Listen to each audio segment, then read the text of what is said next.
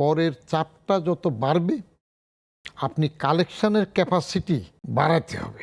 5%টা যেটা করেছে এটা তুলে দেওয়াটা ঠিক হবে না। সরকারি চাকরিজীবীদের বেলায় কিন্তু তারা বেতন বাড়াচ্ছেন, কিন্তু এটা তো কোথাও বলা নেই যে বেসরকারি চাকরিজীবীদের বেতন বাড়বে। তাহলে কি সে আগের মতোই থেকে গেল পুরো ব্যবস্থা, যেখানে কিনা মানুষের জীবনযাত্রার একটা স্বাচ্ছন্দ্য আনার জন্য চেষ্টা করার কথা সরকারের, সেখানে উল্টো যা আয় করতো তার চেয়ে সেই আয় কমিয়ে দেওয়ার একটা ব্যবস্থা হলো। দিনের শেষে তার তো খরচ করার টাকা থাকবে না। ধন্যবাদ। 5%-এর স্ল্যাবটা তুলে দেওয়া প্রস্তাব হিসাবে আছে, যদি উঠাই দিয়ে এটা ঠিক হবে না। তার কারণ আমি ওখানে এনবিআরে যখন চেয়ারম্যান ছিলাম সেই সময় তো 2007, ওই সময় আমি কিন্তু মাঝখানে 10 এবং 15, নিচে 5-এর কথা তো তুলেছিলামই, 10 এবং 15-র মাঝখানেও 12.5-তে আরেকটা স্ল্যাব করার চিন্তা করেছিলাম। তার কারণ আমার একটা পলিসি ছিল, যেটা আমি হিসাব করে দেখেছিলাম, সেটা হলো মোর সেল লেস প্রফিট, আলটিমেটলি মোর প্রফিট। যে হার কম বেশি বেশি একেবারে ধনীদের উপর সম্পদ কর যান, আরও বড়তে যান।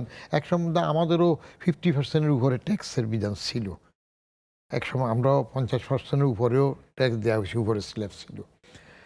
তো 5%টা যেটা করেছে এটা তুলে দেওয়াটা ঠিক হবে না।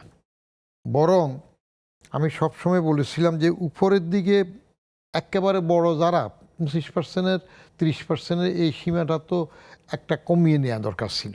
30% না করে 25% থাকবে। কারণ করের চাপটা যত বাড়বে আপনি কালেকশনের ক্যাপাসিটি তত বাড়াতে হবে। বাড়াতে হবে। তা না বাড়াইলে যত কম থাকবে তত আপনার জন্য ইজি হবে। আপনি আওতা বাড়ান। আমি নেটটা সবসময় বলতে চাই না, নেট বললে মনে হয় যেন জাল মেরে ধরা টরা এরকম মনে হয়। তো আওতা বাড়ান, সহনীয় পর্যায়ে থাকুক। কারণ বাজেটে বাস্তবায়নের জন্য সবসময় 3টা জিনিস বিবেচনা রাখতে হয়। আমি আগেও একবার বলেছিলাম, সেটা হইল অ্যাফোর্ডেবল কিনা।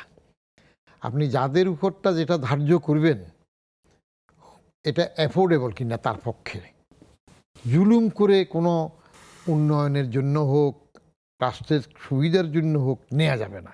তাহলে মানুষ স্বাচ্ছন্দ্য বোধ করবে, নিরিবিলি দেবে অ্যাফোর্ডেবল হইলে। আর দ্বিতীয়টা হইল আপনার সেটা ইমপ্লিমেন্টেবল কিনা।